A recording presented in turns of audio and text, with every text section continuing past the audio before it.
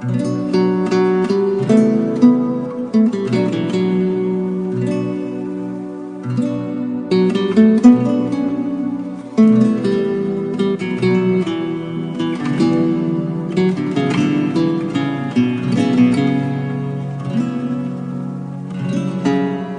सभी को प्रभु यीशु मसीह के मीठे और मधुर नाम में जय मसीह की।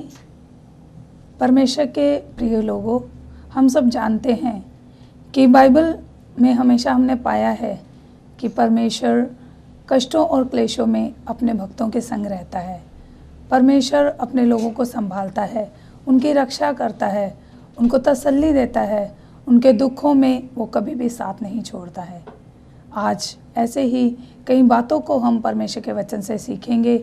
जब भी चुनौतियां आती हैं, कैसे परमेश्वर के भक्तों को प्रभु संभालता है, कैसे वो परमेश्वर से बल पाते हैं, कैसे वो स्थिर रहते हैं, कैसे वो आगे बढ़ते हैं और परमेश्वर कैसे उन्हें चलाता है। आज का हमारा विषय है चुनौतियों के बीच मसीही जीवन। इसमें 5 पॉइंट हैं। आइए हम पहले पॉइंट की ओर बढ़ें। हमारा पहला पॉइंट है, कभी भी भयभीत ना हो। जैसे कि यिर्मयाह 30 अध्याय उसके 4 से लेकर 7 तक बहुत सारी दुख देने वाली बातें हैं, पीड़ा देने वाली बातें हैं, संकट हैं, क्लेश हैं, जहाँ पर इस तरह से लिखा हुआ कि थरथरा देने वाला समय है, शांति नहीं है। वहाँ पर भी 7वीं आयत के अंदर परमेश्वर यहोवा यूँ कहता है कि मैं तुम्हें उसमें से भी छुड़ाऊँगा। इसलिए भयभीत होने की ज़रूरत नहीं है। भले ही कष्ट आए, क्लेश आए, संकट आए, मुसीबतें आए, तो भी हमें भयभीत होने की ज़रूरत नहीं है, क्योंकि परमेश्वर का वचन यिर्मयाह 30 का 7 में ही कहता है कि मैं ही तुम्हें वहाँ से छुड़ाऊँगा। उसके आगे की आयतों में भी हम देखते हैं, उसकी 12वीं आयत में वहाँ पर इस प्रकार से आता है कि तुम्हारे घावों का, तुम्हारे बीमारियों की कोई औषधि नहीं है, तुम्हारे लिए ना कोई पट्टी, ना कोई मरहम। आगे हम देखते हैं कि उसी के 16 और 17 आयत में इस तरह से भी लिखा हुआ है कि तुझे लूटने वाले खुद ही लूटेंगे, जो तुम्हारा धन छीनते हैं उनका धन मैं छिनवाऊंगा। और 17वीं आयत में इस प्रकार से लिखा है कि मैं तेरा इलाज करके तेरे घावों को चंगा करूंगा। इसलिए प्रभु के प्रिय लोगों, हमें कभी भी घबराने की ज़रूरत नहीं है। परमेश्वर हमारे संग रहता है। अगर हमारे जीवन में चुनौतियां आती हैं तो परमेश्वर का हाथ भी हमारे ऊपर रहता है, हमारी सुरक्षा के लिए। हमारा दूसरा पॉइंट है, प्रार्थना में स्थिर रहें। पहला इतिहास उसके 4 अध्याय और 9 और 10 आयत को हम देखें तो वहाँ याबेस के बारे में लिखा है कि याबेस अपने भाइयों में सबसे अधिक प्रतिष्ठित व्यक्ति बना, सबसे आशीषित व्यक्ति बना। उसकी माता ने उसका नाम यह कहकर याबेस रखा कि मैंने इसे पीड़ा से उत्पन्न किया है। उसके नाम का अर्थ ही था पीड़ा। अगर किसी का नाम ही तकलीफ हो, उसको लोग तकलीफ इधर आ, तकलीफ ये काम कर, तकलीफ वो काम कर, तो कितना दुखी हो जाएगा वो इंसान। इसी प्रकार से याबेस भी ये सारी चीज़ों को फील कर रहा था और ये बड़ी एक चुनौती थी उसके जीवन में। पर उसने इन सारी बातों को एक तरफ कर दिया और उसने इन सारी बातों पे ध्यान नहीं दिया। वो प्रार्थना में लगा रहा। 10वीं आयत में उसने प्रार्थना करना शुरू किया। उसने ये प्रार्थना किया कि हे परमेश्वर, तू मुझे आशीष दे, मेरा देश बढ़ा, मुझ पर अपने हाथ को तू रख और मुझे ऐसी आशीष दे कि मैं पीड़ित ना हो, मुझे बुराई से बचा कर रख। और परमेश्वर ने उसे आशीष दिया। आखिर में लिखा है कि उसने जो कुछ मांगा परमेश्वर ने उसे दिया। प्रभु में प्रिय लोगों, वो प्रार्थना में लगा रहा। वो एक प्रार्थना करने वाला व्यक्ति था। अपने चुनौतियों के बीच में भी परमेश्वर से बात करने वाला व्यक्ति था। परमेश्वर से बात करने के कारण ही वो आशीषित होता गया। उसके नाम के कारण वो चुनौतियां तो जरूर उसके जीवन में आ रही थी, लेकिन उसके जीवन के अंदर पीड़ाएं तो जरूर थी, लेकिन परमेश्वर की आशीषें भी थीं। और वो इतनी अधिक थीं कि वो अपने भाइयों में से सबसे अधिक प्रतिष्ठित व्यक्ति गिना गया।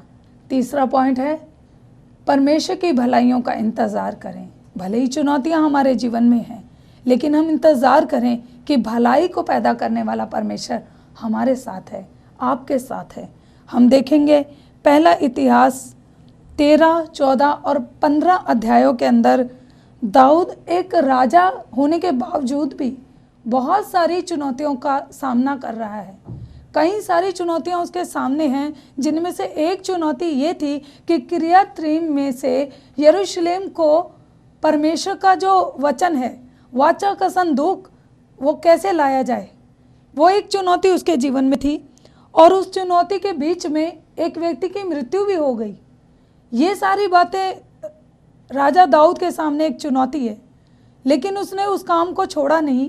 लोगों को उसने तैयार किया और लोगों को उसने बढ़ाया और लोगों को उसने उत्साहित किया कि परमेश्वर के वचन को, परमेश्वर के संदूक को, वाचा के संदूक को यरूशलेम में लाना है। जब ऐसा चल रहा था तो 14वें अध्याय के अंदर भी हम देखते हैं कि पलिश्तियों ने दाऊद के ऊपर आक्रमण कर दिया। जब पलिश्ती आक्रमण कर रहे थे तो दाऊद घबराया नहीं। परमेश्वर ने उससे बात की कि मैं तेरे साथ हूँ। सेना में परमेश्वर उसके आगे आगे रहा, परमेश्वर उसको बल देता गया। और 14 के 17 में लिखा हुआ है, परमेश्वर उसके साथ रहा और सब देशों में दाऊद की कीर्ति फैल गई और सब जातियों के अंदर, सब जातियों के लोगों के मन में दाऊद का भय समा गया। परमेश्वर ने ऐसा दाऊद के लिए किया। जब बहुत सारी चुनौतियां थी, वाचा का संदूक यरूशलेम को लाना था, तो बीच में फलिस्ती सेना ने उसके ऊपर आक्रमण कर दिया और उस आक्रमण की भी उससे कोई परवाह दाऊद ने नहीं की, बल्कि उसका सामना किया। उस चुनौती का सामना करके उसके ऊपर विजय पाकर वो आगे बढ़ गया। हालेलुया। हम परमेश्वर के सम्मुख जब जाते हैं तो परमेश्वर शत्रुओं के सामने हमें अपनी सामर्थ्य से भर देता है, अपनी शक्ति से भर देता है और चुनौतियों के बीच में भी वो हमें विजय देता है। अब तक हमने 3 पॉइंट देखे। पहला पॉइंट, हम भयभीत ना हो। दूसरा पॉइंट, हम प्रार्थना में स्थिर रहें। तीसरा पॉइंट, कि हम परमेश्वर की भलाइयों का इंतज़ार करें। और जब हम देखते हैं तीसरे पॉइंट में कि कैसे दाऊद ने परमेश्वर की भलाइयों को देखा और उसके 16वें अध्याय के 8 आयत से लेकर 36 आयत तक उसने एक सुंदर गीत की रचना करी, सुंदर गीत को लिखा। उस चुनौतियों के बीच में दाऊद के जीवन से गीत प्रकट होने लग गए। प्रभु की इतनी भलाइयों को उसने देखा और उस गीत के द्वारा वो लोगों को उत्साहित कर रहा था कि तुम लोग भी परमेश्वर की सामर्थ और महिमा को मानो, उसकी सामर्थ का आदर करो। वह शत्रुओं के हाथ से तुम्हें छुड़ाकर महिमा को प्रदान करेगा। आदि से अनंत तक साथ रहने वाला यहोवा धन्य है। ये उसके 36वें आयत में लिखा हुआ है कि अनादि से अनंत तक यहोवा धन्य है। हालेलुया। हम उसकी चौथे पॉइंट को देखेंगे, कठिन समय में भी परमेश्वर की बड़ाई करो। यहाँ हम देखते हैं अय्यूब के विषय में। अय्यूब के जीवन में हम सब लोग जानते हैं अय्यूब ने किस तरह की चुनौतियों का सामना किया। दुखों के बीच में उसका जीवन था।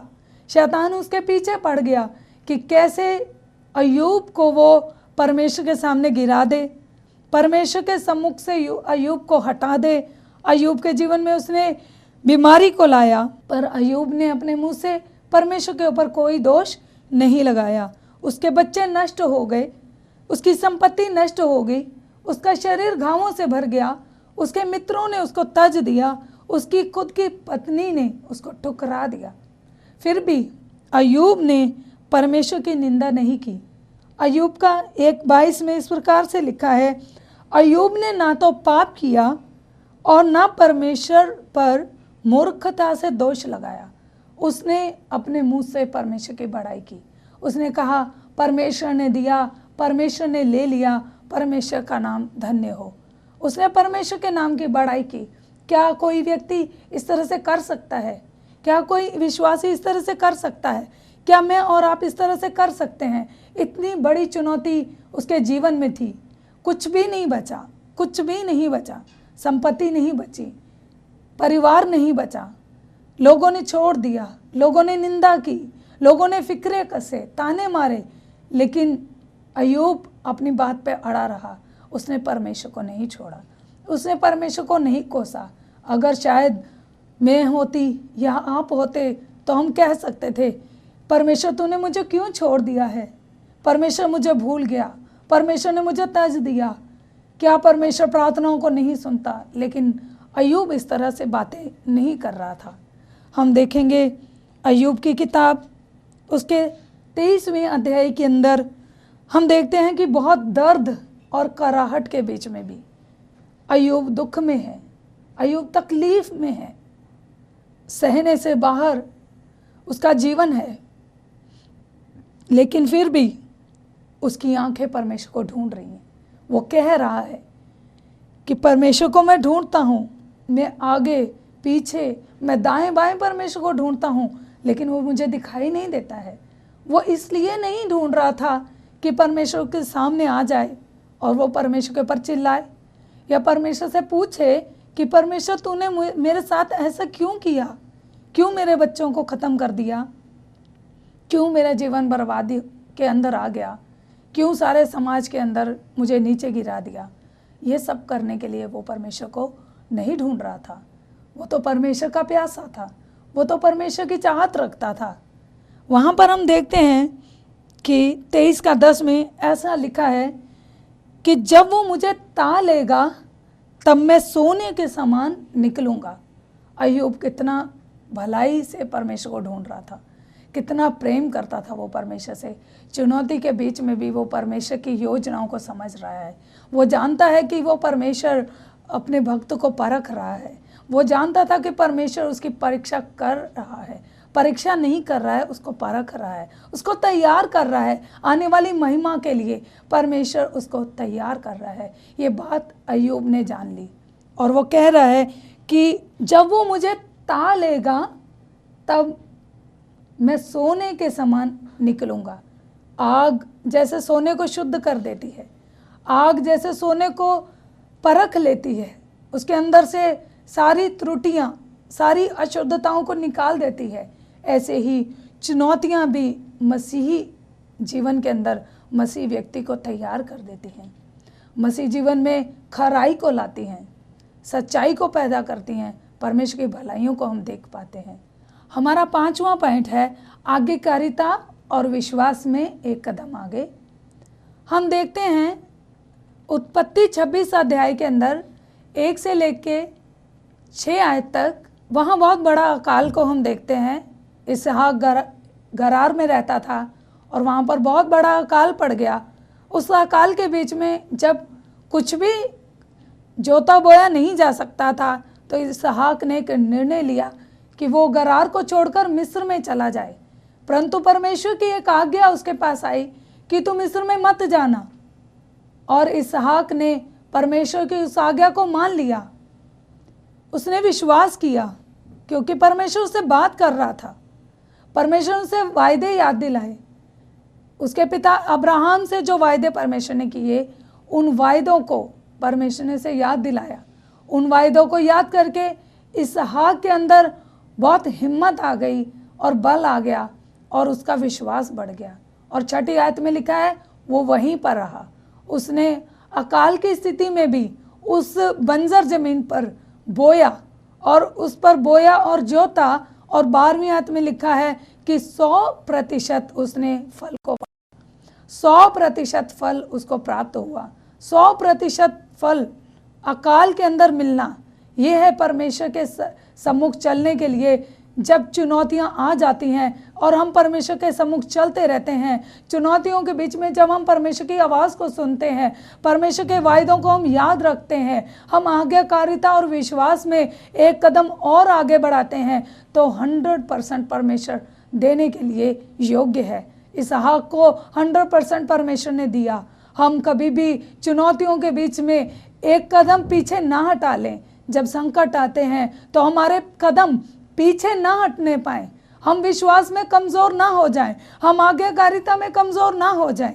जैसे जैसे हम आज्ञाकारिता में बढ़ते हैं वैसे ही विश्वास में आगे बढ़े, हमारे कदम पीछे ना हटें, बल्कि एक कदम और आगे हमें बढ़ना है, एक कदम और आगे हमें बढ़ना है। जब हम बढ़ते हैं तो हम आशीषों को पाते हैं। हम आज मैं आपसे यही कहना चाहती हूँ कि हम आगे बढ़े, हम पीछे ना हटें। 100 गुना लौटाने वाला परमेश्वर, आशाओं को पूरा करने वाला परमेश्वर, हमारी चिंता करने वाला परमेश्वर, मुझे और आपको शक्ति प्रदान करने वाला परमेश्वर हमारे साथ है, वो कभी भी हमारा साथ नहीं छोड़ेगा। जीवन के अंदर कितनी भी चुनौतियां क्यों ना आ जाएं, मसीह जीवन कभी भी चुनौतियों के कारण नष्ट नहीं होता है, बल्कि और निखर जाता है। मसीह जीवन चुनौतियों के कारण खत्म नहीं होता है, बल्कि और सामर्थी हो जाता है, क्योंकि परमेश्वर का सामर्थ्य हम में काम करता है। हालेलुया। प्रभु का वचन कहता है, जब मैं बलहीन होता हूँ तभी मैं सामर्थी होता हूँ। प्रभु से हम उस बल को पाते रहें, जैसे अय्यूब को दोबारा प्रभु ने उसका परिवार लौटा करके दिया, उसकी संपत्ति लौटा कर दी। जैसे इसहाक ने 100 गुना प्रतिफल पाया, जैसे याबेस की प्रार्थना सुनी गई और वो अपने भाइयों में से सबसे अधिक प्रतिष्ठित रहा, ऐसे ही परमेश्वर हमारे संग रहेगा, हमारे साथ रहेगा और हमारी कमजोरियों में हमें बल प्रदान करेगा, हमारी चुनौतियों में हमें हर तरह से मजबूत करेगा और हमें हमारे मसीह जीवन के अंदर खत्म नहीं होने देगा, नष्ट नहीं होने देगा, बल्कि हमें सामर्थी बनाकर प्रभु अपने राज्य में इस्तेमाल करेगा। आइए हम उस परमेश्वर के चरणों में चलें और अपनी चुनौतियों के बीच में उसके संग रहें, उसको पुकारें। हम भयभीत ना होएं, प्रार्थना में लगे रहे, भलाइयों को ढूंढें और परमेश्वर के साथ आज्ञाकारिता और विश्वास के पथ पर आगे बढ़ चलें। आइए हम प्रार्थना करें। प्रभु यीशु मसीह, हम आपका धन्यवाद करते हैं। प्यारे प्रभु जी, इस संदेश को जितने लोग सुन रहे हैं उन सभी लोगों पर प्रभु यीशु मसीह के नाम में प्रभु मैं तेरी दासी होने के नाते आशीष कहती हूँ। आज अगर कोई भी मेरे भाई या बहन चुनौती में है, संकट में है, वो अपने परिवार के अंदर या अपनी सेवकाई के अंदर या अपने किसी कामों के अंदर, अपने मसीही जीवन के अंदर अगर क्लेशों में है, तो प्रभु आप अपना हाथ बढ़ाएं और आज के संदेश के द्वारा एक नया बल प्रभु उन्हें मिलने पाए। महान परमेश्वर, आपका धन्यवाद करते हैं प्रभु कि आपने हमारी प्रार्थना को सुन लिया है। प्रभु इस प्रार्थना को यीशु मसीह के सामर्थी और मीठे नाम से मांगते हैं, सुन और ग्रहण कर स्वर्गीय पिता, आमीन। प्रिय दर्शकों, हमें बड़ी खुशी होती है जब हमारे पास आपके फोन कॉल्स आते हैं, ना केवल प्रार्थना करवाने के लिए बल्कि प्रार्थनाओं के बाद धन्यवाद देने के लिए। आपके शब्दों से परमेश्वर को धन्यवाद मिलती है, परमेश्वर को धन्यवाद दिया जाता है। इतना ही नहीं, हमारी पूरी टीम को, रेज ऑफ होप की पूरी टीम को प्रोत्साहन मिलता है, क्योंकि परमेश्वर प्रार्थनाओं को सुनने वाला परमेश्वर है। हमारे पास यूं तो बहुत सी गवाहियां आती हैं, सारी गवाहियों को तो प्रस्तुत करना मुश्किल है, पर आज मैं आपके सामने 3-4 गवाहियों को लेकर के आया हूं। हो सकता है कि जब हम ये गवाही बोल रहे हैं तो उस समय जिनका मैं नाम लेने वाला हूं, वे इस प्रोग्राम को देख भी रहे होंगे। तो आइए इस सिलसिले को हम शुरू करें। दिल्ली में दक्षिणपुरी एक जगह है और वहां पर हमारी एक दर्शक हैं, बहन रीना शर्मा। ये प्रोग्राम को देखती हैं। इन्होंने हमारे नंबर पर कॉल किया, प्रार्थना मांगी, पर इन्होंने अपने लिए प्रार्थना नहीं करवाई। इनके प्रार्थना का विषय एक बहन संगीता लाल के लिए था, जो बहुत सीरियस थी, पूरे शरीर में सूजन था और जिनको डॉक्टर्स ने कैंसर बताया था। बिस्तर से उठ भी नहीं पा रही थी। प्यारे मित्रों, परमेश्वर ने प्रार्थनाओं को सुना। जब इन्होंने प्रार्थना करवाई तो प्रभु ने प्रार्थनाओं को सुना और आज मैं आपको सहर्ष बताना चाहता हूं कि परमेश्वर ने अद्भुत काम किया है। बहन संगीता लाल को प्रभु ने खड़ा किया है। वो दवाइयां लेती हैं, परंतु अब आराधना में और प्रार्थना में आती हैं और पहले से स्वस्थ हैं। बहन संगीता, अगर किसी तरह आप भी इस प्रोग्राम को देख रही हैं तो प्रभु आपको आशीष दे और पूर्ण स्वास्थ्य बख्शे। इतना ही नहीं, बहन रीना शर्मा, प्रभु आपको आशीष दे, आपके परिवार को भी प्रभु आगे बढ़ाए और यूं प्रभु आपके जीवन को बहुतों के लिए बाइस से बरकत ठहराए। अगली गवाही दूर छत्तीसगढ़ भिलाई से है। भिलाई से बहन कविता सेठ की यह गवाही है कि ये जीवन में बहुत परेशान और हताश रहती थी, निराश रहती थी। किसी मजबूरी की वजह से इनका बेटा घर के बाहर रहता था और इनके बेटे को टीबी की बीमारी भी थी, परंतु परमेश्वर के वचन में सामर्थ है। इस प्रोग्राम पर जब वो वचन को सुनती थी तो परमेश्वर वचन के द्वारा उनसे बात करता और उनको दृढ़ करता था। परिणाम स्वरूप बहन कविता सेठ ने वचन के द्वारा सामर्थ पाई, दृढ़ हुई और प्रभु ने इनके जीवन में अद्भुत काम किए। इनके बेटे को प्रभु ने चंगा कर दिया और वो घर आ चुका है। परमेश्वर ने उसको चंगाई दी है। इस घर में अब खुशहाली है। आज मेरी परमेश्वर से यही प्रार्थना है कि बहन कविता, आपको और आपके पूरे परिवार को परमेश्वर सकुशल रखे। अगली गवाही के लिए हम दूसरे राज्य में जाएंगे, क्योंकि अब शुभ संदेश चैनल एयरटेल के डीटीएच पर भी आ चुका है। पहले केवल केबल पर आता था, अब एयरटेल पर भी आ गया है।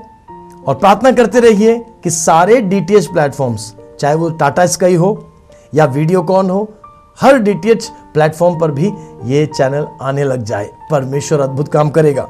तो दूर देहरादून से, उत्तराखंड से, जहां पर डाक पत्थर नाम की जगह है, वहां से बहन राखी की ये गवाही है। बहन राखी की, इनकी बहन बहुत सीरियस हालत में घर में गुमसुम सी लेटी रहती थी, खाना भी नहीं खाती थी। कई महीनों से ऐसी हालत थी। ये प्रोग्राम देखती हैं। प्रोग्राम के द्वारा प्रभु ने इनके उत्साह को बढ़ाया और बहन राखी ने फोन किया और प्रार्थना मांगी अपनी बहन के लिए। प्रभु ने अद्भुत काम किया। इनकी बहन को प्रभु ने चंगा कर दिया। हालेलुया, प्रभु की स्तुति हो। इतना नहीं, इनके भाई की भी एक कमर की नस दबी हुई थी, इलाज से ठीक नहीं हो रहा था, परंतु प्रार्थनाओं के द्वारा अब इनका भाई भी ठीक है। परमेश्वर ने पूर्ण चंगाई दी है। बहन राखी, आपके पूरे परिवार पर परमेश्वर का अनुग्रह यूं बना रहने पाए। प्रिय मित्रों, आखिर में एक और गवाही मैं आपके साथ बांटना चाहता हूं, और यह गवाही महाराष्ट्र के नागपुर से है, जहां से बहन प्रोमिला की एक अजीब सी बात है। इनके घर में बहुत अशांति थी और घर में सब डरे डरे रहते थे। क्यों? कोई खड़ा होकर पत्थर फेंकता था। पूरे घर पर जादू टोना हो रखा था। तो आपने सुना कि बहन प्रोमिला के घर के अंदर भय का माहौल था। अलग अलग तरह के डरावनी घटनाएं इनके साथ होती थी। हमारे प्रोग्राम को ये देखती हैं, इन्होंने नंबर देखा, कॉल किया, प्रार्थना करवाई। अब इनकी गवाही हमारे पास आई है कि परमेश्वर ने प्रार्थनाओं के बाद इनको पूरा छुटकारा दिया है। अब घर के अंदर शांति है और सब कुछ ठीक है। प्रिय दर्शकों, अब आप सोचिए, जब हमारे पास ऐसी गवाहियां आती हैं तो हमें कितनी खुशी होती होगी। रेज ऑफ होप के मकसद को प्रभु इस तरह से पूरा करता है।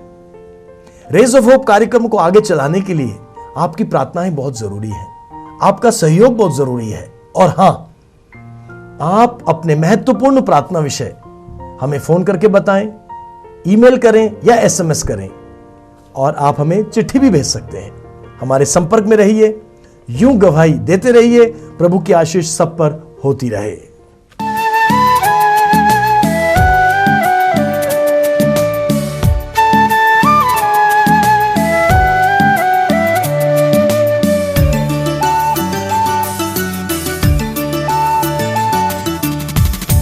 यीशु राजा, तू मेरी आशा है, हर दिन इस जग में तू काफी है।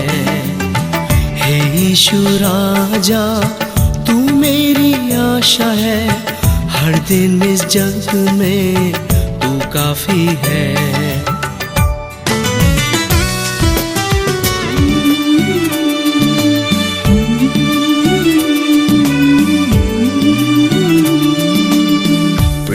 जनों का प्यार खत्म भी हो जाए, मेरे अपने मुझे छोड़ भी दे। प्रिय जनों का प्यार खत्म भी हो जाए, मेरे अपने मुझे छोड़ भी दे। ना बदलने वाला प्यार बस तेरा, और कोई नहीं प्राण प्रिय। ना बदलने वाला प्यार बस तेरा, और कोई नहीं प्राण प्रिय। हे यीशु राजा तू मेरी आशा है, हर दिन इस जग में तू काफी है। हे यीशु राजा तू मेरी आशा है, हर दिन इस जग में तू काफी है।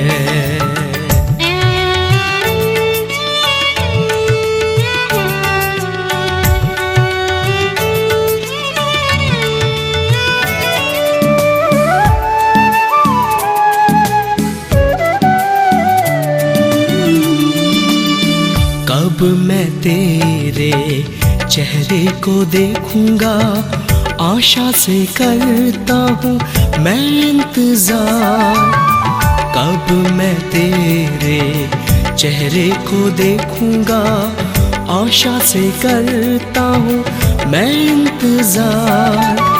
जब तक ना आए तू आंसू सारे मेरे ना मिटेंगे प्राण प्रिय। जब तक ना आए तू आंसू सारे मेरे ना मिटेंगे प्राण प्रिय। हे यीशु राजा तू मेरी आशा है, हर दिन इस जग में तू काफी है। हे यीशु राजा तू मेरी आशा है, हर दिन इस जग में तू काफी है।